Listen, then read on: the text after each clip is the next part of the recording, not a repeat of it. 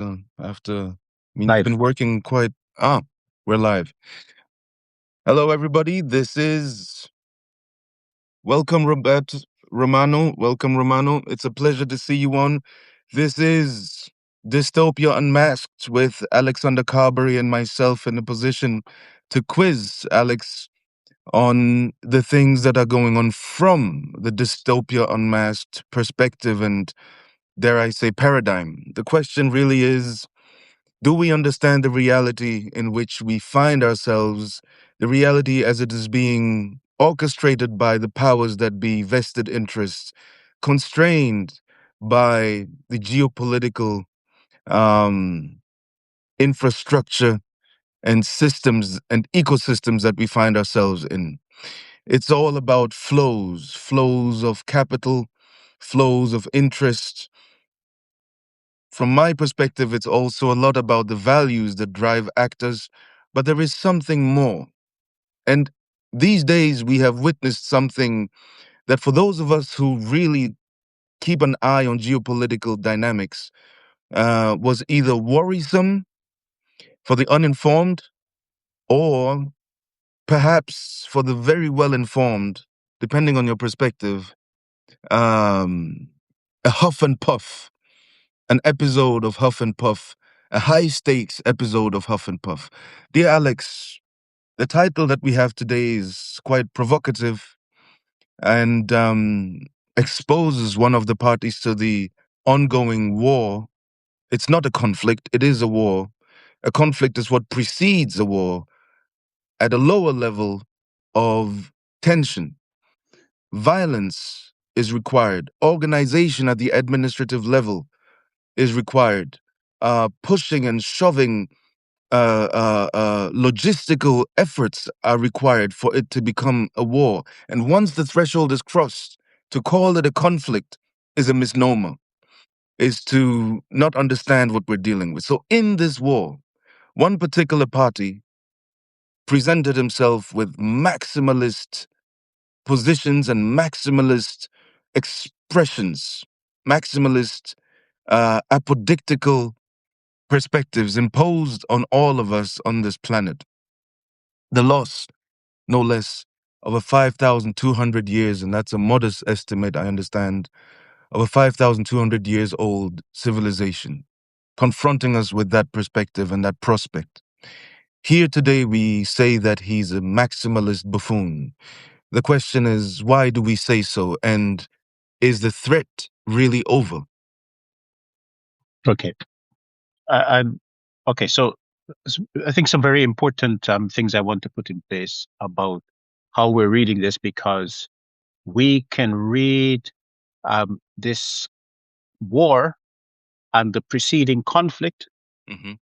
as an a series of events, or we can view it from as an eruption within a system that itself is constrained. The approach at Dystopia Unmasked is that we look at the system and its constraints before we examine the agency of the actor, because the actor's agency is now constrained by these things. So the actor may say things, okay, but they find themselves in a situation in which they may believe that they have 10 options, but they've only got one, right? Or two. And increasingly, what you're seeing is that the Americans, as a node within a global system which moves goods generally from east to west, right? And capital flows from west to east. So if we were to look at the net flows, we'll see that we have manufactured goods traveling from east to west more in value than capital flows from west to east. And so there is a system that has been built, and the system imposes its logic as discipline on the actors within the system. And I don't think that the the set that that Trump is part of really understand or understood the system, and they're very quickly discovering what it is. In our last session, last Wednesday, we looked at Hormuz Mm-hmm. in its geological, uh, let's say, um, attributes in terms of why that particular region contains so much petroleum Mm-hmm. of that quality in that quantity and at that accessibility. So Mm-hmm. that is one characteristic of the system in which we Mm-hmm. all find ourselves at different positionalities, um, is one aspect of it.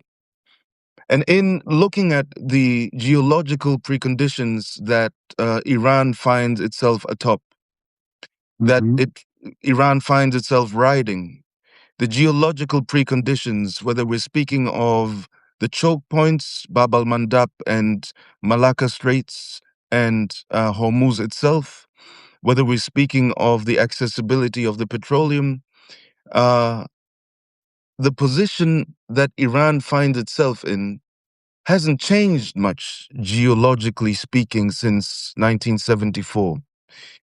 Since the 70s, when the petrodollar system was established, which links the existence of the US as a socio-economic entity to that region.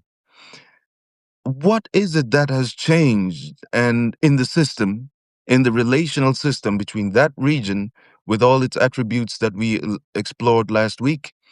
What is it that has changed in the relation between that region, Iran as an actor, and the US that the US seems not to comprehend? Okay. So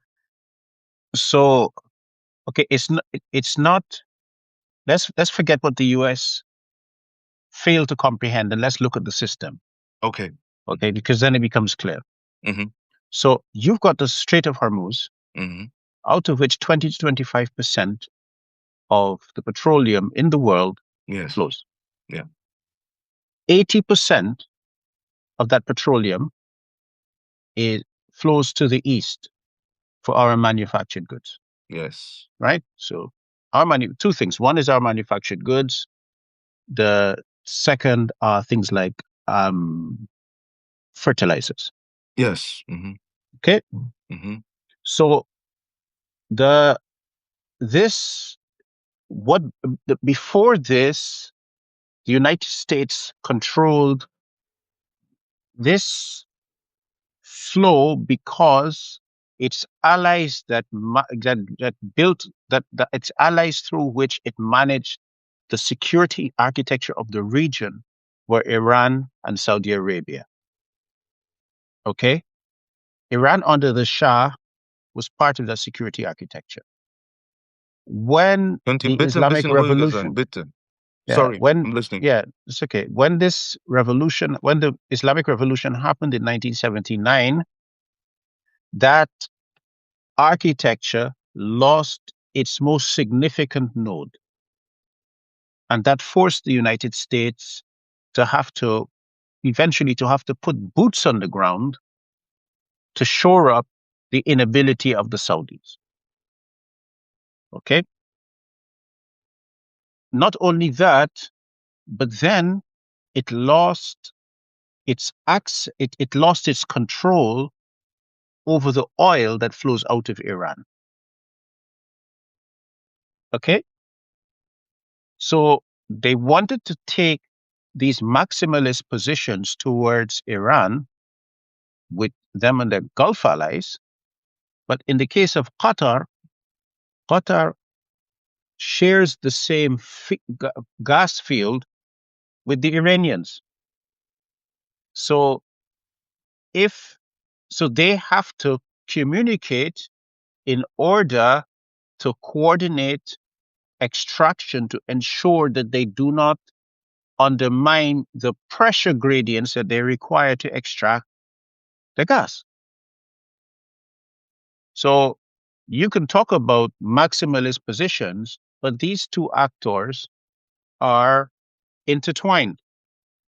So when you look at something like GCC and you look at Qatari actions in the UAE, then you have to remember that you're not looking at actors that are necessarily always aligned in their interests. Mm-hmm. Not only their interests, but their constraints, because this is a constraint.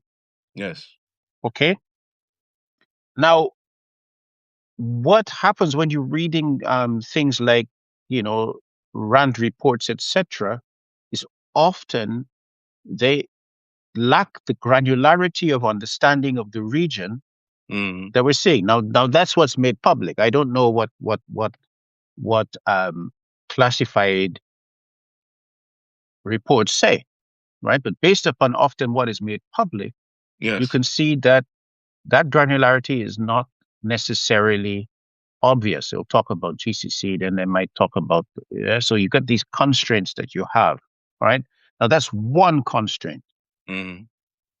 So, so now going back, so when the Islamic Revolution happens, the they lose not only um, the basic stability of their security architecture, but they also lost the control of that oil. Okay, then what they did is that in '79 also Saddam Hussein went into power. So they backed Saddam Hussein to go to war against this new revolution because he had a stable state and a stable army in the assumption that he was going to win. And he didn't.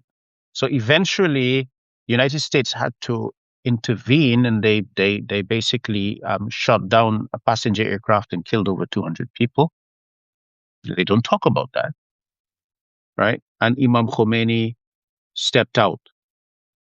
After that, okay, so why is this important?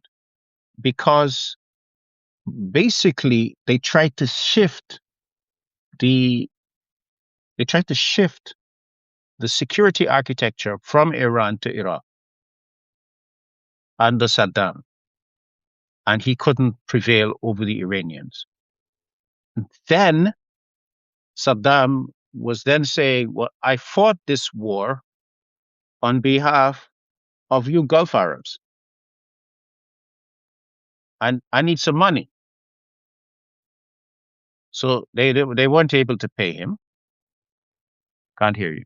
Yeah, they weren't No, able I'm to pay listening to him. you. I'm listening. Yeah, so they weren't able to pay him. So he said, well, okay, at least ensure that the oil prices are high enough that I can recover my money.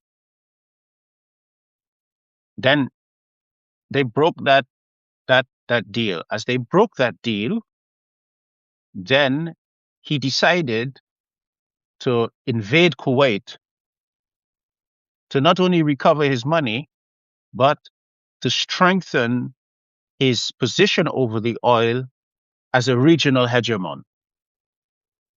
This seriously constrained the whole because you got this choke point, 20%. As a regional hegemon, he's going to control more of that 20%. Okay. So they collapsed the state of Iraq. And then they had nobody to put in place in the absence of that, because now so what happened is that with the removal of Iraq, Iran became more had greater influence over what came out of over the region, and hence the threat of Hormuz remains. So I'm saying to you that the choke point has continually shaped the the the The politics. dynamics of the region, the politics of the region, often without being mentioned or acknowledged. Mm-hmm. Okay, Mm-hmm.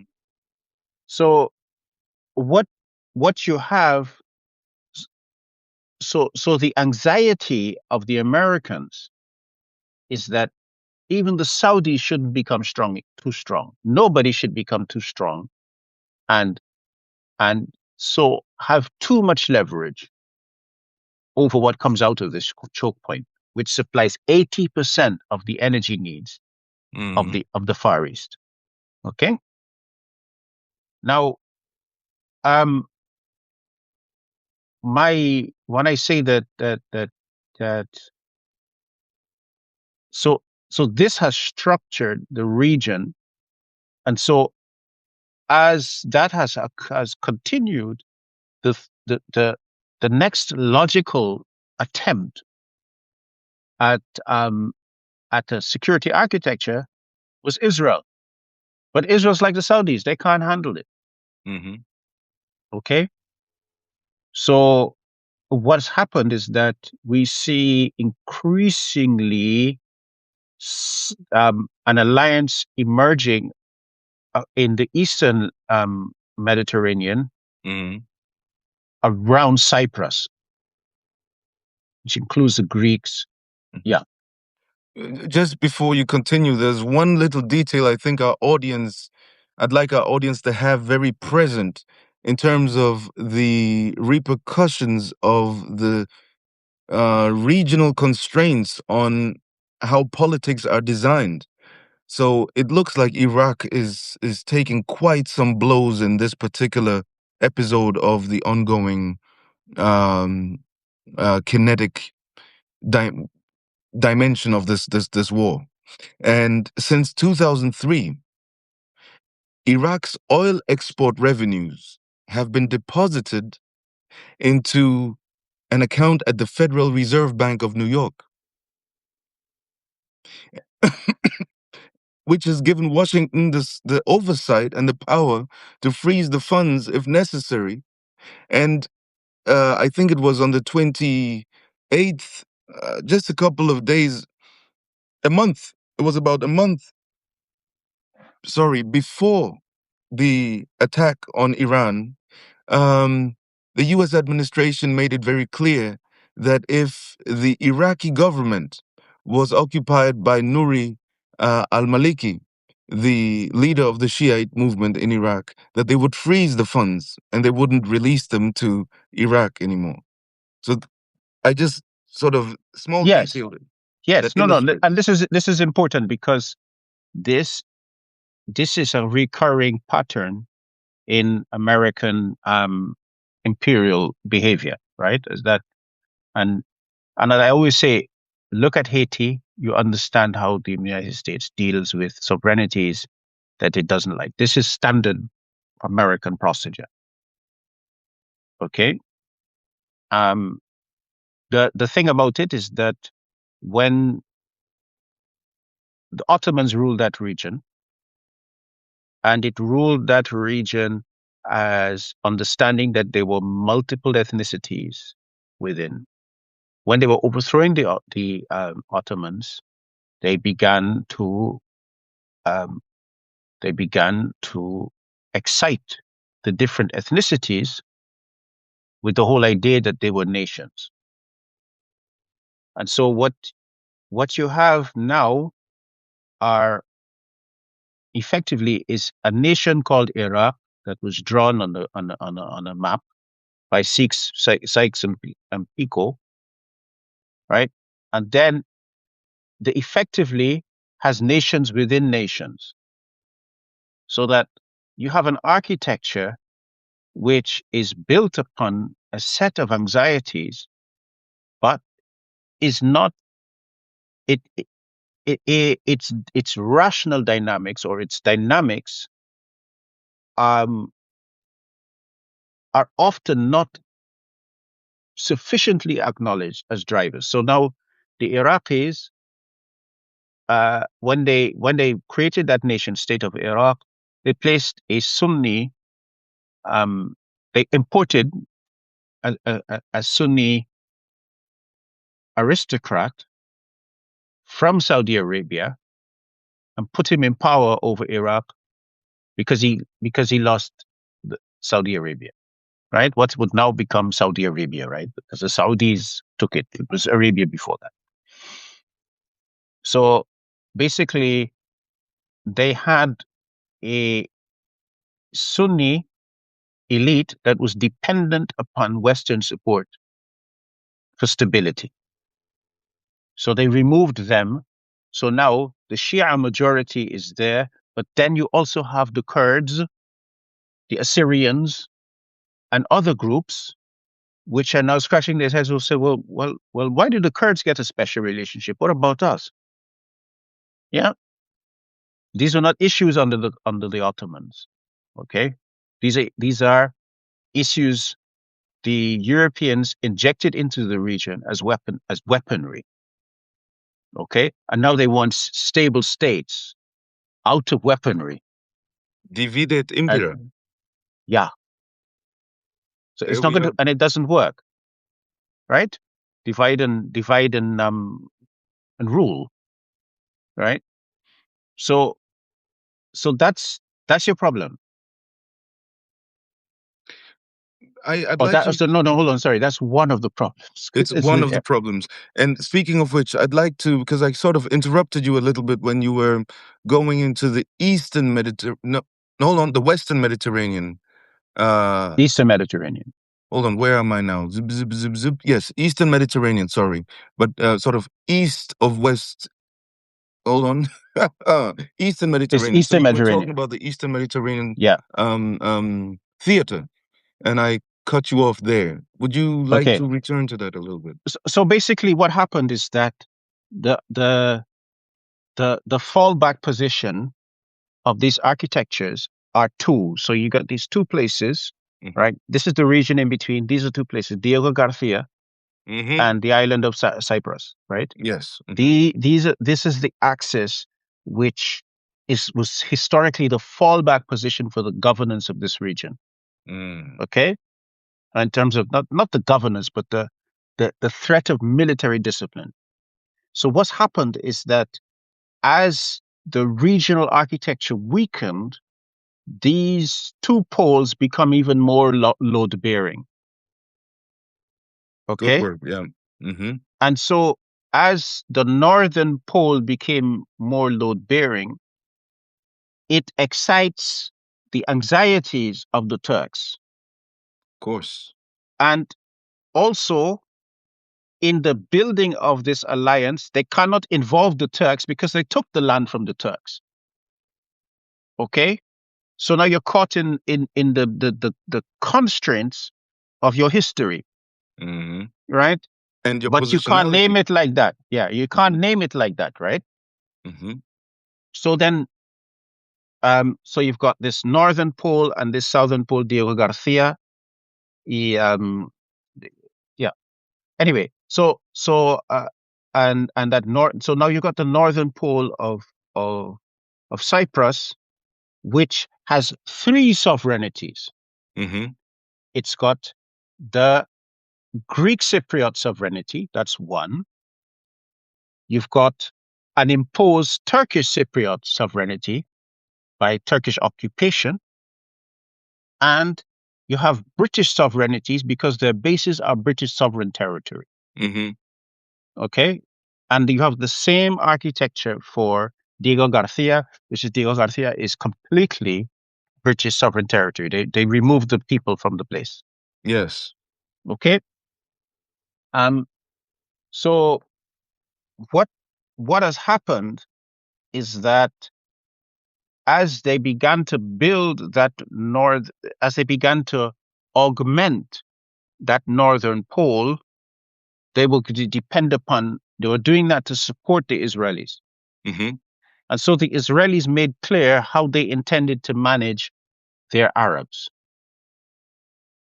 Okay. So Mm-hmm. Gaza was about the Israelis demonstrating this is how you manage Arabs. Okay. And this is exactly how they speak of it. Yeah. And and so Trump and the Europeans jumped on that. The Europeans are now hi Kara, it's nice to see you here. It's nice Yeah. to see you indeed. Yeah. Yeah. And so the sorry, I got lost there. You know that I'm What? not so well, so I must apologize. You have to help me. Hold on a second. So I was caught up in thinking a little further as you were speaking. So we're talking about constraints. We're talking about how Cyprus is a constraint um, and stokes the anxieties of actors in the region. And we've moved on to looking at how Gaza itself was Okay. an impact on the regional dynamics. Yes. So in Gaza, the Israelis are demonstrating how you manage the region, Hmm. right? So then the Americans then attempt this new doctrine upon the Iranians with with great effectiveness, Hold on, right? this is an important thesis. So you're saying that the events in Gaza from October 9th, 2023, or let's include October 7th, 2023, up until now, including the events starting February 28th till today, that there's a continuity there and not a separation. These are not two different separate events. No, they're not two separate events.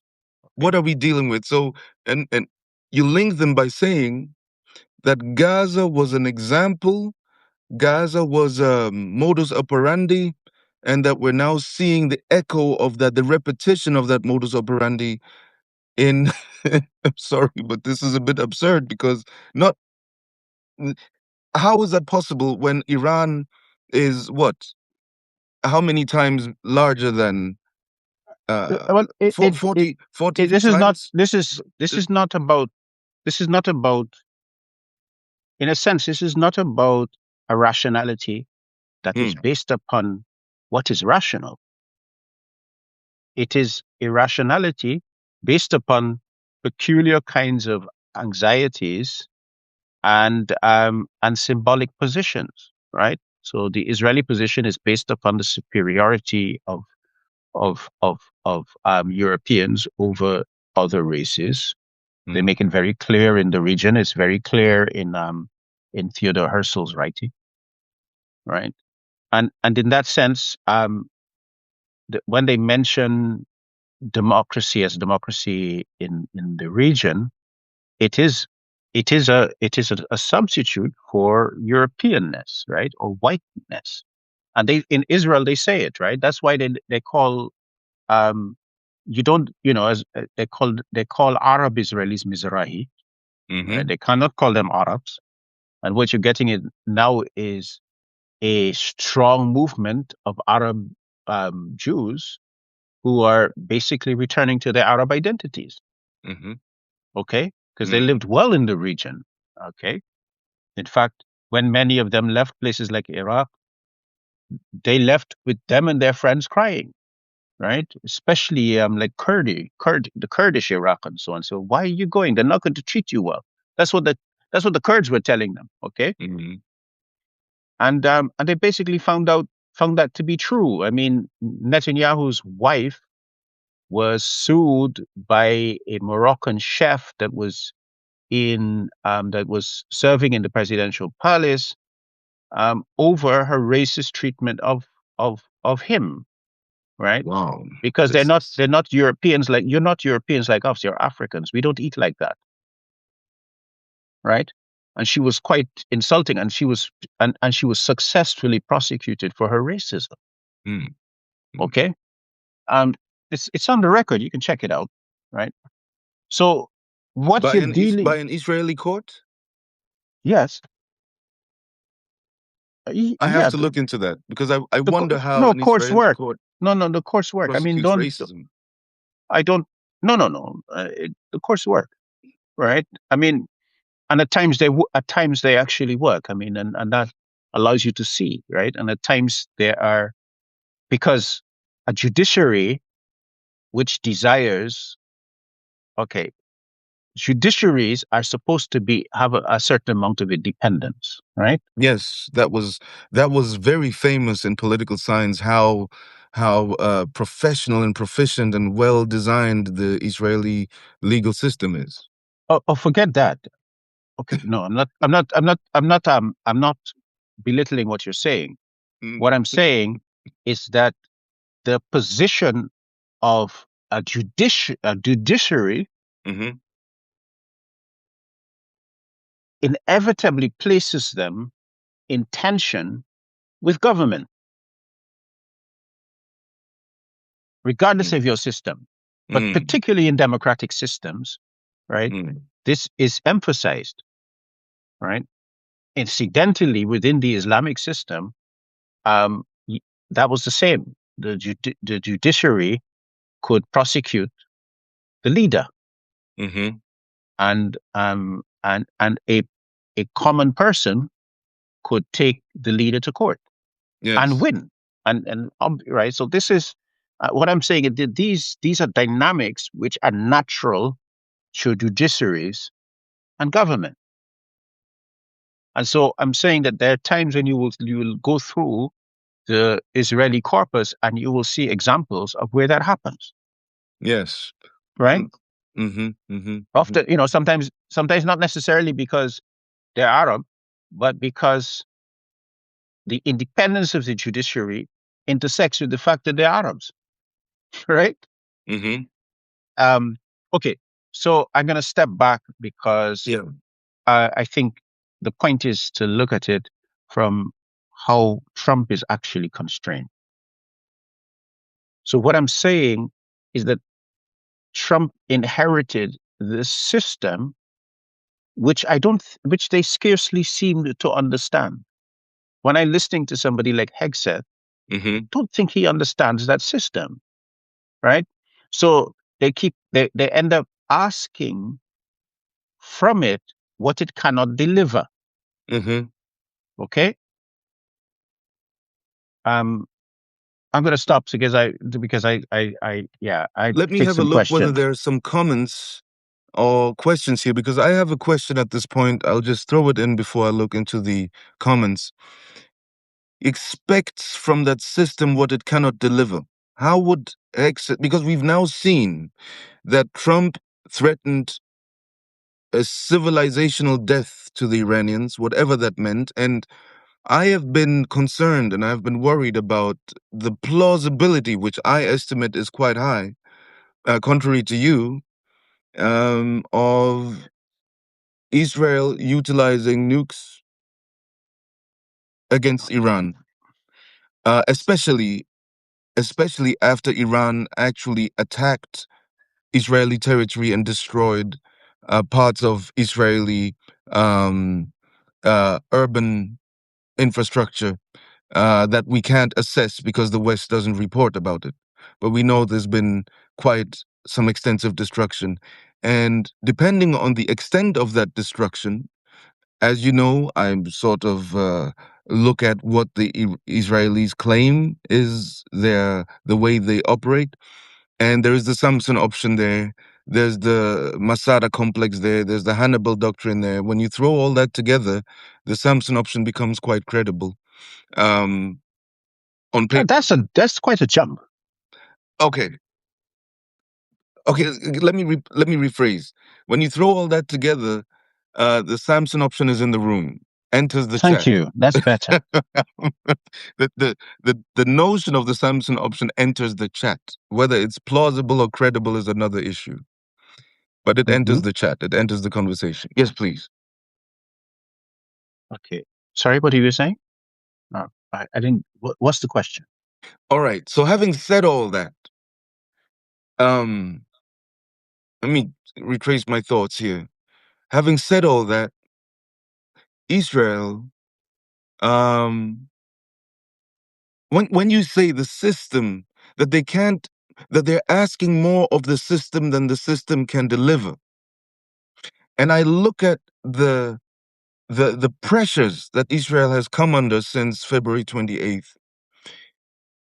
Um, what do we do with this factor, with this Damocles sword Well, that? I think that before you look at the sword, Mm, you need to look at how the actor is constrained. Okay, this is an actor that receives how many millions a day? Okay, to um to to to exist in that region. Okay, it is supposed to play this strategic role in the region. They cannot handle Gaza, right? They have been unable to defeat Hamas in Gaza, right? It's not that they can't. The point is that it's not that Hamas can win. The point is that the Israelis cannot. They have extended it into Lebanon, and it appears that they also cannot do so in Lebanon. So the Americans have to play real politics. They cannot leave if they are going to continue to dominate the region. They actually cannot leave because the Israelis cannot hold the weight, and neither can the Saudis. Okay, and in addition to that, they have cost the U.S.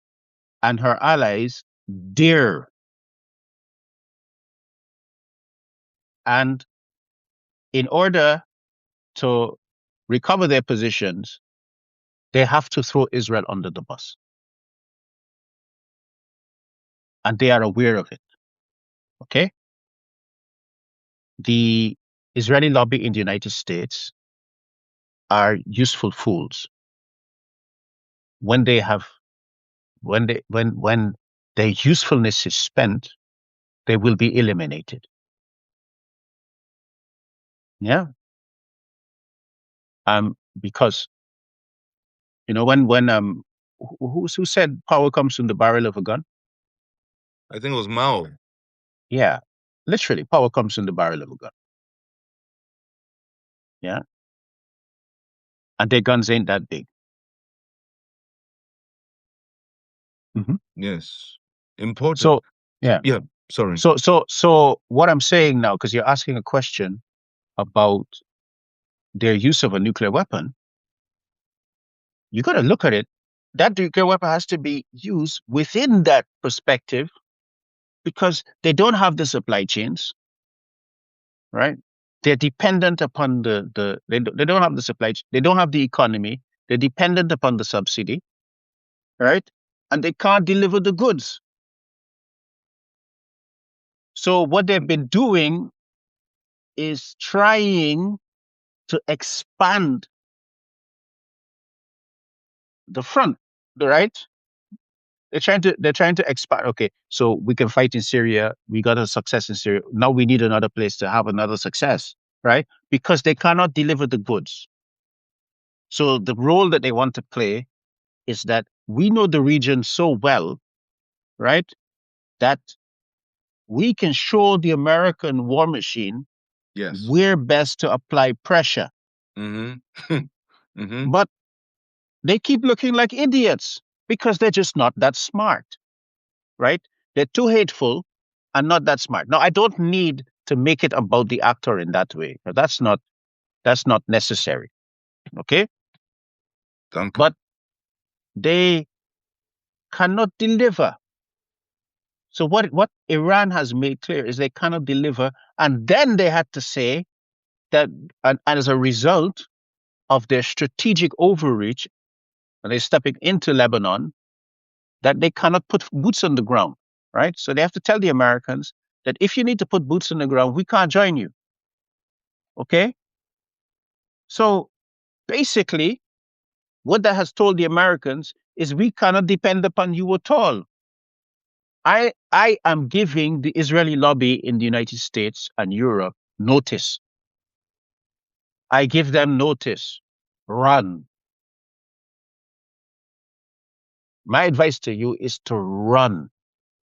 And one main reason for that is if we're just looking at classical military criteria, the enmity of the entire region. But I mean, this is such an interesting domain of conversation. What we have, how many people, they didn't have enough soldiers, right? They were going to recruit reservists to come and join the ranks of the IDF because there was a deficit there. And we have all of these individual groups from all of these neighboring countries that are now militarized and whose enmity has been rendered salient by the methods that have been deployed by the IDF in the region. Yeah.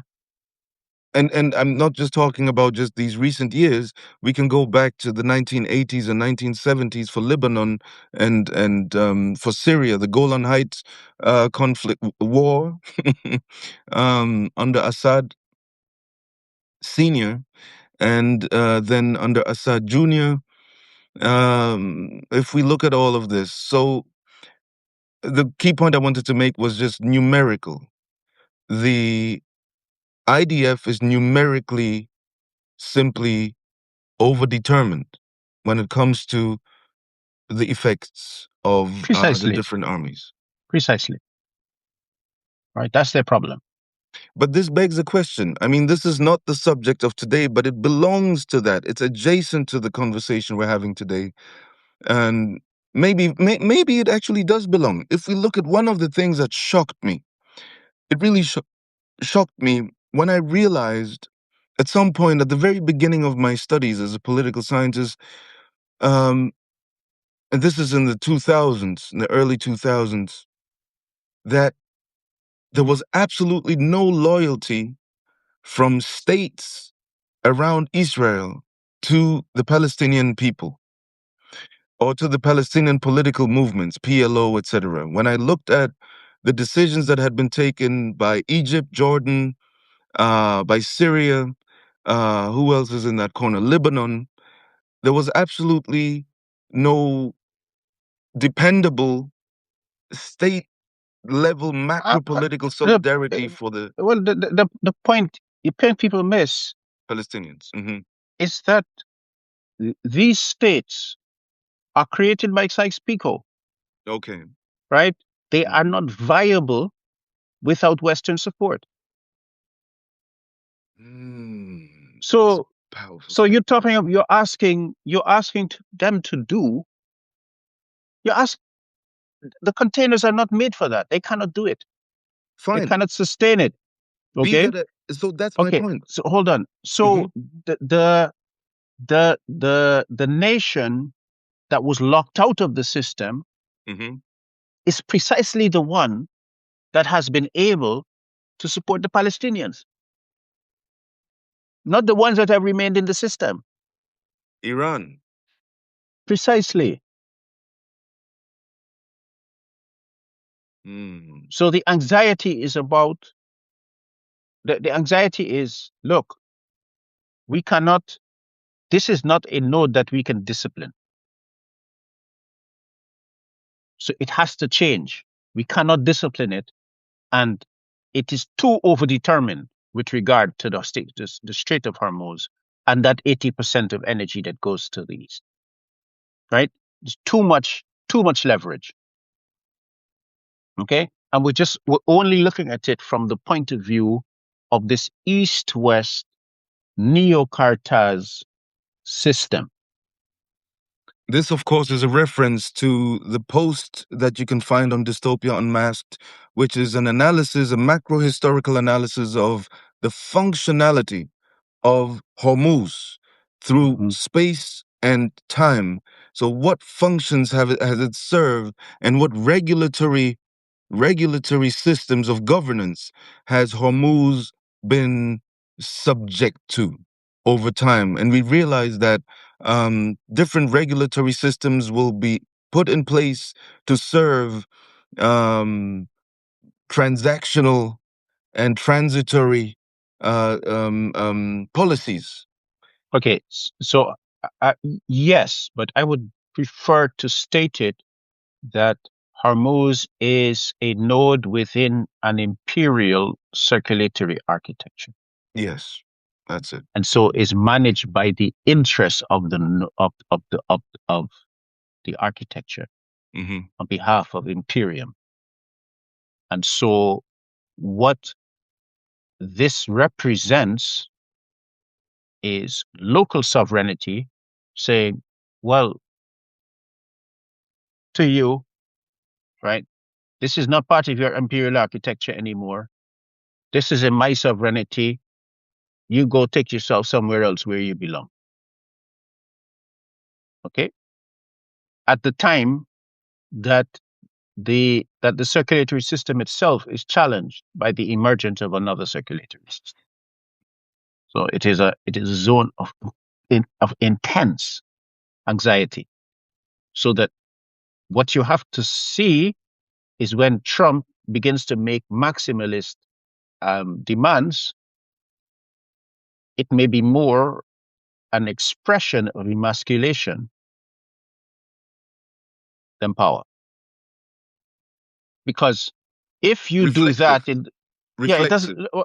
No, it's emasculation Of himself or of the other? of the node. You have to tell us more about that because the point is, to me, that was a lot of huffing and puffing. I know what you're saying, but you know that I do not center the actor in the same way, Yes. right? I am looking at the options of the node. There aren't a lot of things that the United States can do. They Hmm. cannot win the war. Iran cannot defeat them, but they cannot win. Okay? Can illustrate that a little bit. Okay. Um, they okay. So a war. Okay. Now I have to. Okay. So in war, you have a center of gravity, right? You Hmm. declare what your center of gravity is, what success looks like. So in this war, success began as regime change. So that's collapsed. That's not possible. So the after that, it becomes, whilst you're in the battlefield, we need to seize their uranium. Okay? So it become two things. One is that we need to seize their uranium, and two, we need to maintain control of the Strait of Hormuz. Iran has not closed the strait. They have restricted the strait and threatened it. Lloyds of London closed the strait. They're not giving you insurance, right? So when the Americans said what they said, and it's still possible to go through, nobody could get insurance to go through. If they wanted insurance, the price was too high. Okay, so nobody's going through. So Trump, that's why I call him a buffoon. This was obvious from. You don't have to go there for that to happen to actually understand that. So when people were explaining that to him, he was not listening. Right? That's why I call him a buffoon, because Well, it's not just that Iran. he. Sorry, not to interrupt. To illustrate further, it's not just that he wasn't listening. His staff has expelled the people who, as is now coming out, I think up to 12 generals have been kicked out of his higher advisory board. Um, Yeah, but that's they, because he's winning the war. Because when you're winning a war, that's when you replace your generals. well, it seems that these were the more sensible people trying to sort of point out the constraints of the region. Yes. So it's really interesting that the because you see, you would think that it was Iranian and agency that completely now controls the strait, right? I'm telling you that Lloyds of London, if they are not going to give you any insurance, and no one is going to give you insurance to go through it, you're not nobody, you're not going, right? Or if you go, the price you're going to charge is going to be way above the commodity price. Okay. So as a result of Israeli and American stupidity, a strait that was not contested now is, okay, and the question of sovereignty and the right of way, which is and freedom of movement, is now contested. Okay, and now can be contested at any strait on the grounds of sovereignty. This is why I am saying to you, and I'm giving warning to the Israeli lobby, run. Well, run to where? I don't know. There's Mars. I mean, Elon Musk needs a group of people to go to Mars.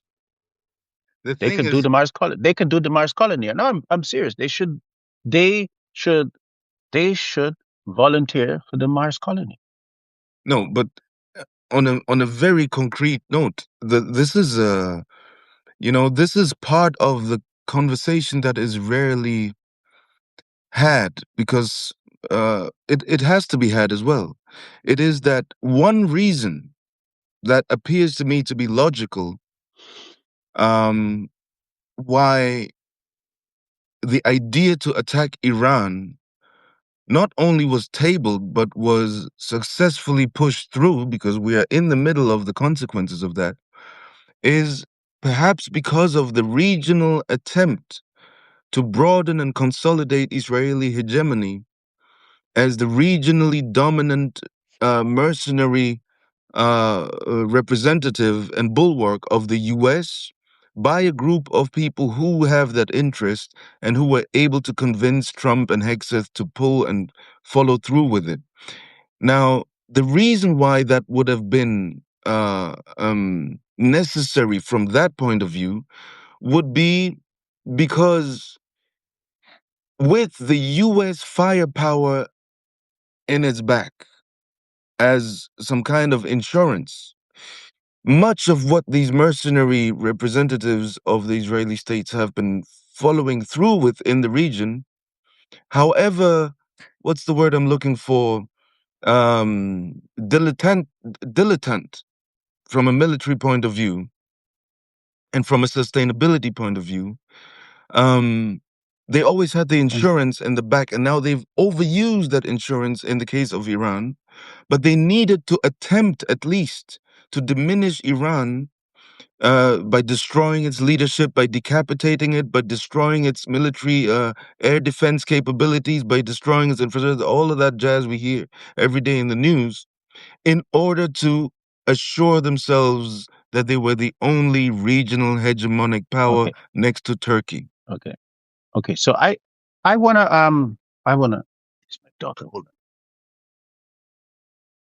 So my question is, how Hello. does this perspective work in the Okay, context of the constraint perspective? okay. So I think you need. I think an example would be a good one to grasp what's actually going on. Okay. I don't know if you've ever had the dubious pleasure of sitting around major gamblers. We have the dubious pleasure of witnessing one. I call Trump the No, no, no, no. I mean, actually being in the room where people are gambling huge sums of money, possibly I, houses and so on, right? I will neither confirm nor deny. Okay. So one of the dynamics you'll see in that kind of situation is that um and actually, I have the article called The Gambler's Lament, right? Which You've mentioned it, yes. yeah, so has um which has a Bhagavad Gita. No. Yeah, it's got the gambler's lament, right?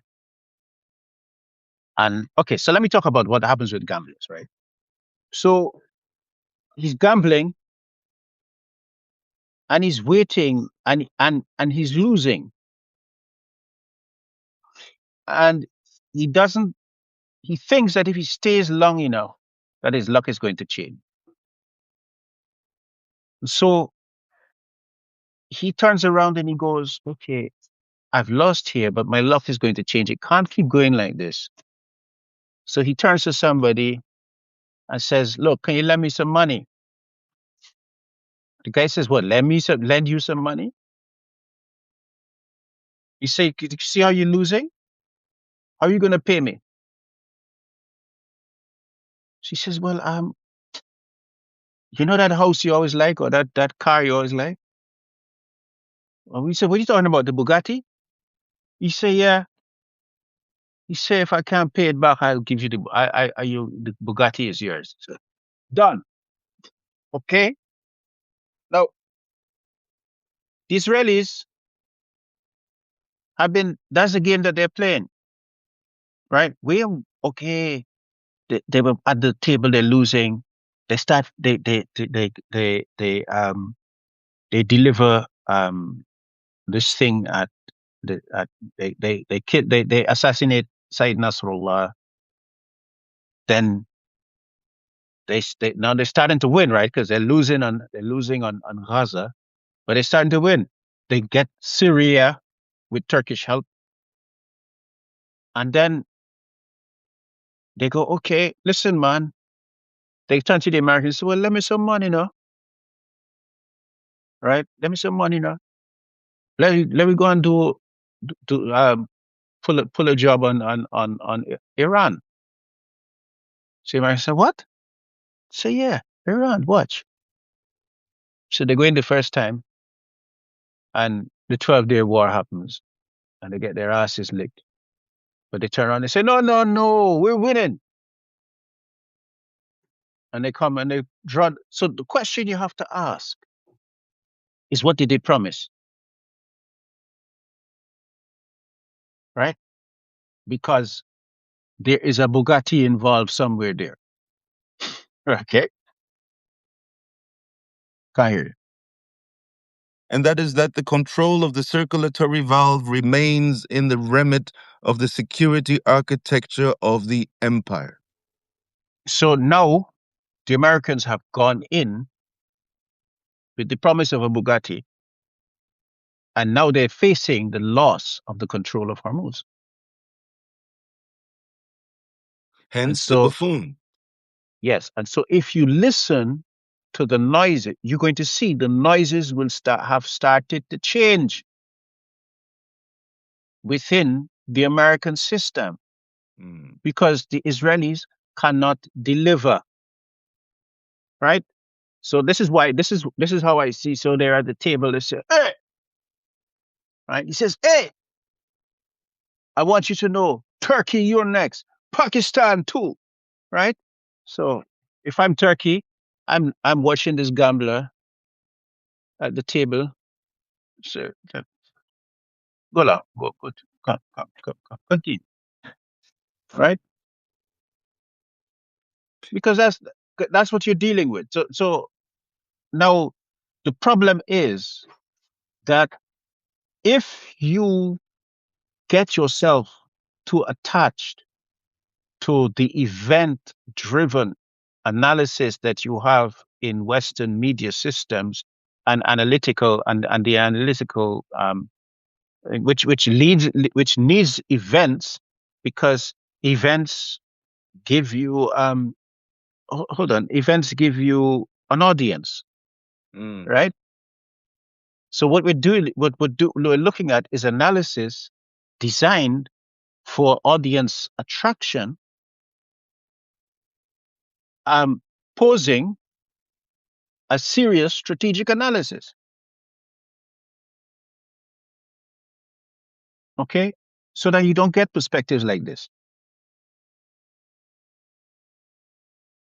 Including, and that analysis or that narrative, rather, Mm-hmm. is pretty much narrative control in the media with a heavy dosage of the very Western European guilt complex guilt narrative and guilt discourse embedded therein, which completely distorts sort of I, level-headed analysis of what is going on. well, I don't doubt that the guilt is present, but I'll say something else.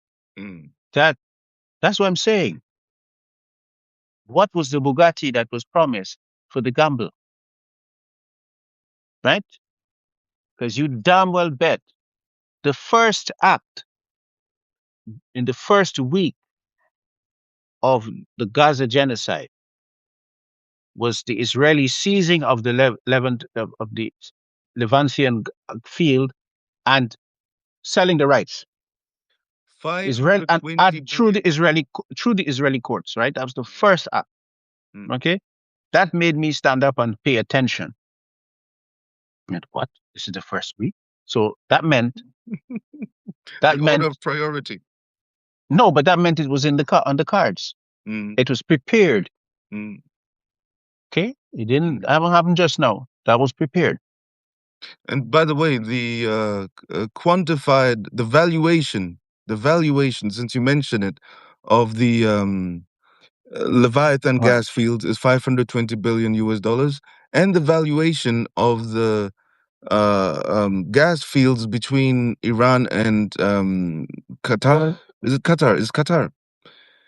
Is also valued at around $520 billion. Okay. So the Israelis as the gambler on the table. The Mm. next thing they say, oh, we will build a whole corridor from India right here. Yes, Right? yes, we've seen But that. you're Yeah. dealing with a gambler at the table. You go say anything at the table, right? And Mm. and and Netanyahu has all the marks of a gambler. I wouldn't be surprised if he gambles, right? This is actually less. The more you talk about it, the less metaphorical it becomes, because Netanyahu's entire political career and Trump's political Mm-hmm. career and political successes were financed by the gambling mogul, in part, not alone, but in a significant part, by the gambling mogul's estate, the Adelson's estate. Okay. So I, $30 I'm billion saying, so yeah, the I'm estate. saying, so yes, so I'm saying that, and you see, I only brought in the agency of the actor at the end of the process. Once you understand what the constraints, so you understand what they can gamble with, right? But there's very little of that that the Israelis can deliver, right? And then the Indians under Modi, who is, I wouldn't be surprised if Modi and Trump are related. Anyway, um,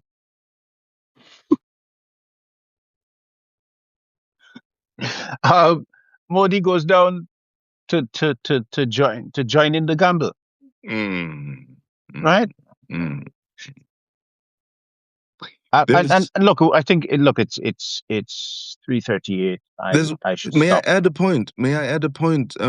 Of substance, because you Hmm. know, there is one of the points from a historical perspective Hmm. that is barely ever mentioned in this context is really, what was her name again? The journalist, the journalist that got into trouble some years ago because she said they should return where they came from. And her career, the first woman in the White House journalism Yeah, yeah, yeah, yeah. ensemble, I they can't said she remember her should, name, but yeah, right? but I know who you're It'll talking come to about. me. Helen, it'll come to me. I think it's Helen Thomas, but I may be mixing her up with someone.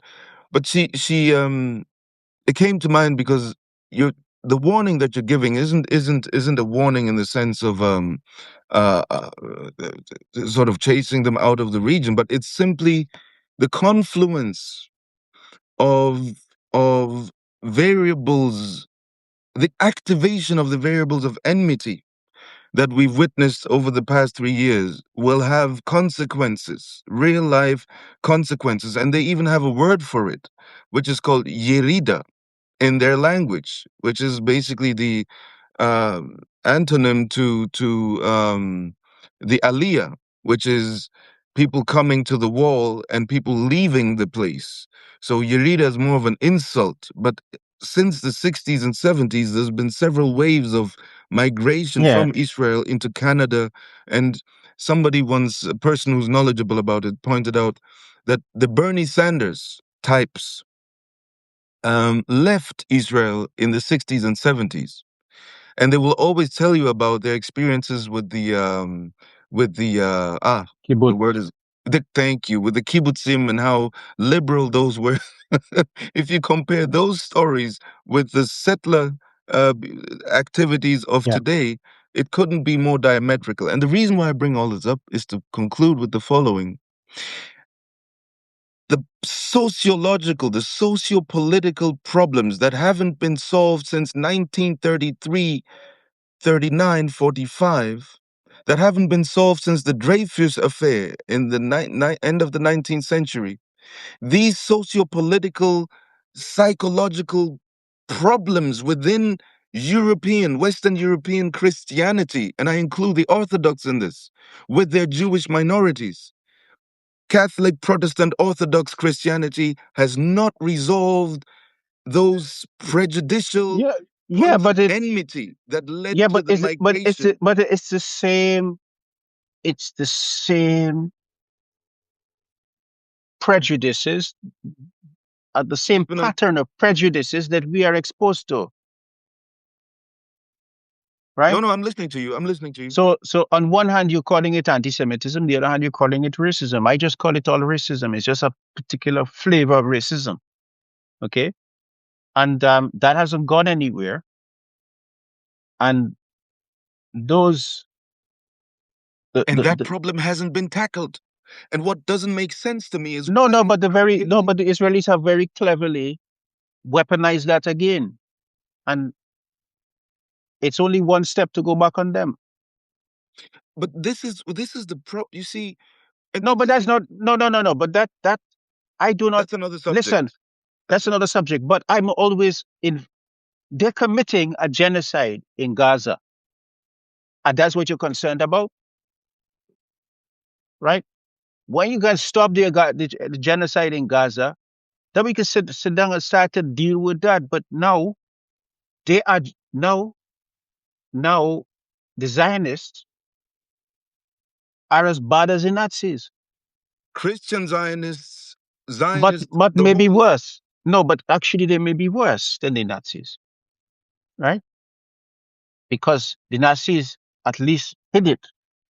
legally, there are places on I'm this saying planet that where the Nazis at least hid it, right? oh, They did it openly. mm, The Nazis had some shame. They had no shame.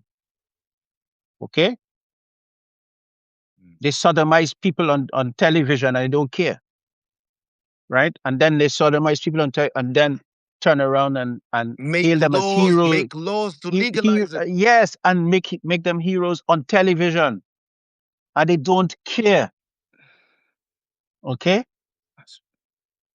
when when when when okay, so Helen Thomas is the name of the thank you Salim. Helen Thomas is the name, but what's her name? Hannah Arendt. When Hannah Arendt talk about the banality of evil, this here that we just see was not banal.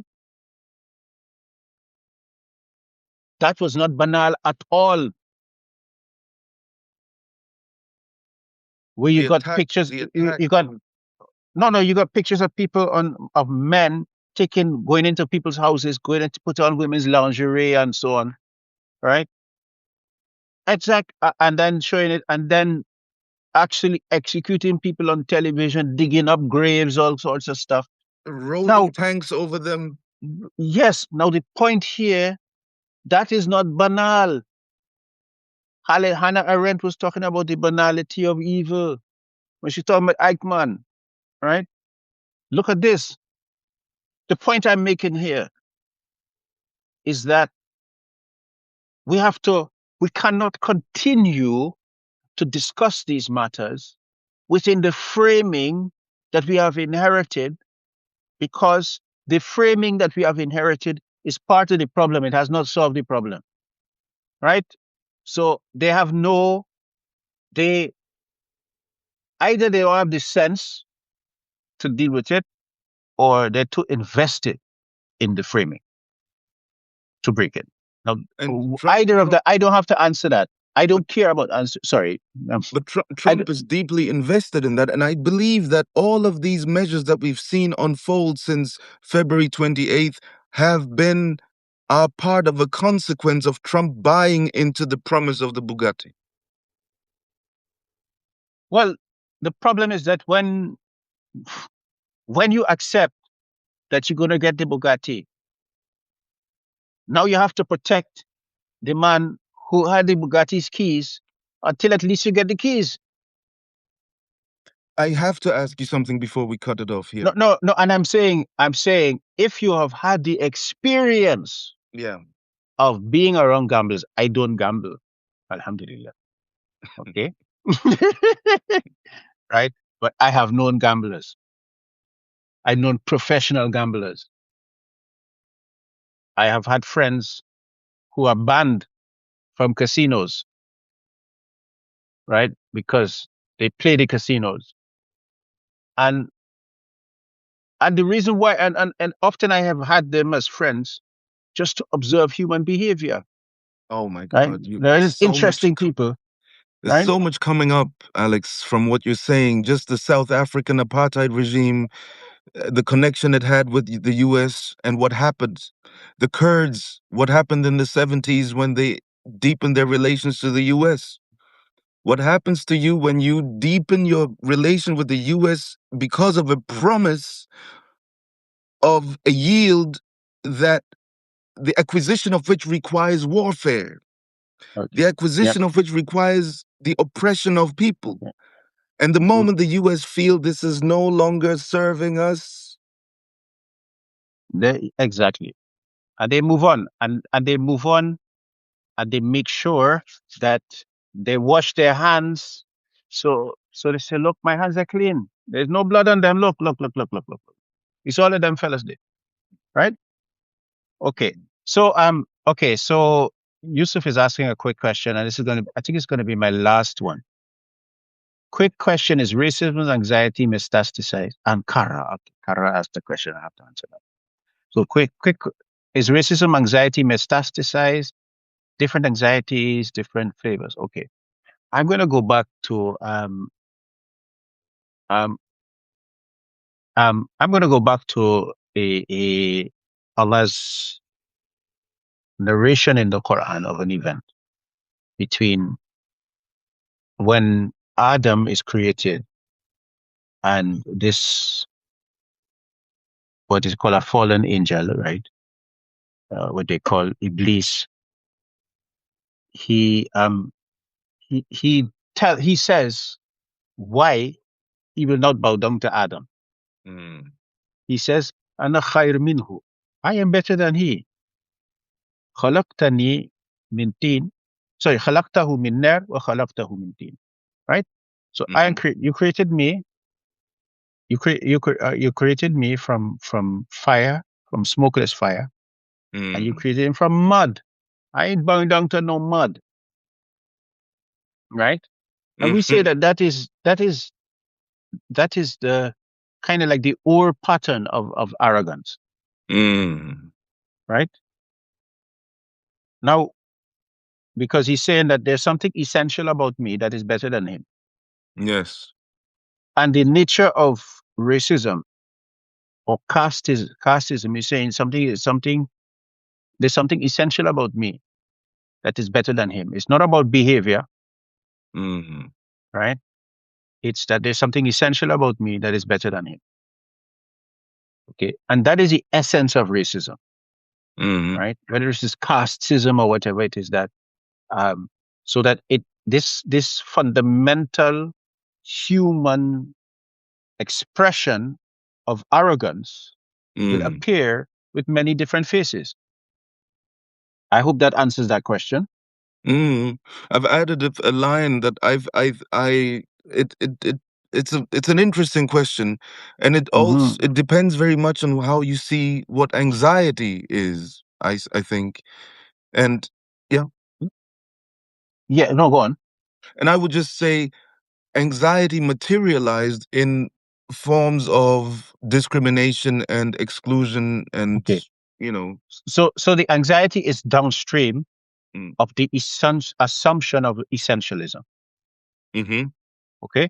So I assume that I am essentially better than him or that. which is a source of anxiety. That is anxiety generating because the moment you have proof to the contrary, what do you do with that assumption? Precisely.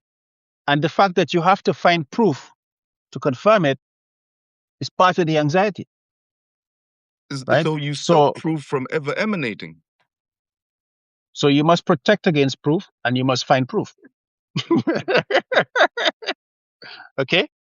So that so the anxiety is downstream of that position, Mm, right?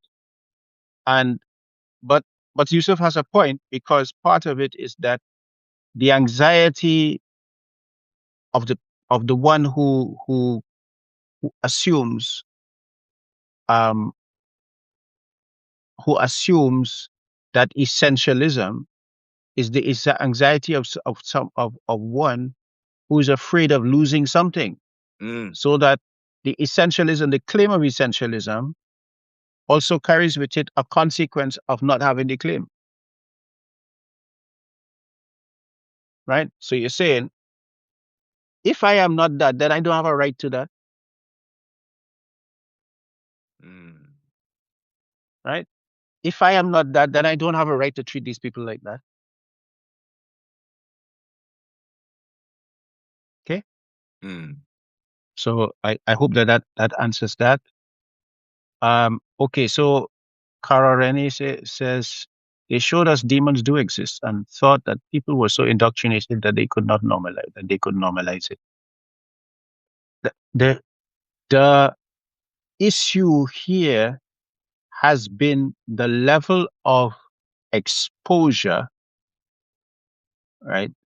Dystopia Unma- unmasked, the level of unmasking that has occurred that cannot be undone. Okay. And at the end of this, the problems the Israelis are going to have is that the when they start to look for whose fault it is, who is to blame, right? It cannot help but fall upon them and the lobby. I'm telling you, if if Elon Musk is planning a Mars colony, get on the rocket. Yes, get on the rocket because that lobby, well, these are just numbered. It's just you gambler, you overplayed your hand, right? And the point is that I worry them because as a mercy because they are just human dynamics, they're civilizational dynamics, and you're now you're now on the other end of the flywheel and it's coming for your face or your backside, whichever one is exposed, but something is going to get hit. Okay. I really I have to have some mercy upon myself. Um, and call it quits. Yeah. Thank you so much. So thank you very much for hanging in here. And this conversation was about many of the variables and the contextual framing of the situation that we're witnessing unfold. And of course, the huffing and puffing to blow down the Iranian house by the big bad wolf that is Donald Trump's administration has led to negotiations, and negotiations that seem not to question the very new in the discourse about the control of the circulatory valve that is Hormuz. Very new positions articulated by Iran, which is Mm-hmm. we want the US out of the region, Mm-hmm. definitely. What will happen to that point, we'll have to see because there's a bunch of people who really depend on staying in the region because they may have nowhere else to go. And this is a clash of existentialisms, for the Iranians have nowhere else to go. Yes. And But some of our other friends in the region have other places to go. you see, and that is the reality, the truth of the names, the truth of the origin is in the original obfuscated names at times. And that flexibility is not afforded to the others in that region. So you can huff and puff all you want, but constraints of the context matter. Mhm. Well, Contextual yeah. constraints. Robert Romano, I'm afraid that the Americans cannot swallow this cake. Such a good point. Let me read Right? that. The 2 week ceasefire is not a prelude to American victory. It is the interval during which the United States learns to pronounce the word defeat without saying it aloud. Yeah, I'll leave it at that. they can. You're right, but they can't swallow that one. So But they have a so synonym for that historically. If we look at North Korea, the word is armistice. yes. But listen, but the problem is that the gambler's lament. Go read Mm, back that article, mm, right? And that poem, that poem from the Bhagavad Gita is just incredible. It's a Rig Veda, right? It's incredible insight into the psychology of a gambler. mm, Okay, and they're not leaving the table. It's a ceasefire, mm, right? They stop to have a drink. Yes, mm. they stop to have. If you have, no, that if you, yeah, I'm not telling.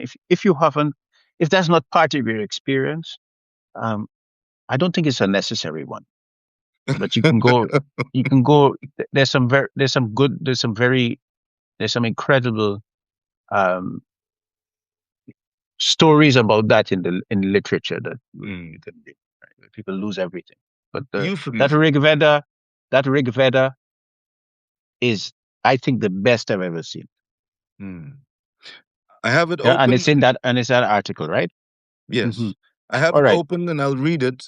And I'm very Yeah. grateful for you for sticking around this session of Dystopia Unmasked. Do us a favor, restack with a note the comments you left in here, copy them, and paste them as a note when you restack this video, Yeah. when you come across it after it's uploaded. That helps our visibility and helps the party get Yeah. more stacked with people So interested if in it. you're here and you could just copy your comments, I'm going to wait just a little, so you can do that. Just copy your comments to paste when it comes up. Paste it in your notes or whatever you have if you're on whichever device you have, and then paste it. So we can have some engagement on the And some visibility. Thank you indeed. and And the yeah, and yeah. no, I was just going to ask people if they if you could, tell your friends about what we do, and please spread the word so that I can so that we can get this kind of word out there a bit more to and if you could, if you are able to support our work, then please do, we Mm. do need to Oh man, and what a difficult time to be around, because in all of this, you know what I have a tendency to say mhm. at this moment: the victims, the victims, the victims, unnecessary. All of this could have been handled rationally. All of this can be handled I rationally. I I keep warning you that you're dealing with human beings. We are not the smartest creatures on the we're not the smartest creatures on the block, and you have to accept human beings as they are and stop that thing of going, oh, no. We this is what we do, right? This is what we do, and understanding how we do it is perhaps the most important step to learning how to avoid it of yourself, right? And I just use the example of the gambler, Yes. right? to show you how human psychology is involved. Right. This is why history is the way it is. This is what happens. Positionalities happen when you are in these networks, and that is, yeah, yeah. Greed and fear, those other libidinal things, they're not rational. They don't learn. Yeah, currently Anxiety they as a don't learn. political category. This is one thing you will definitely take away from here.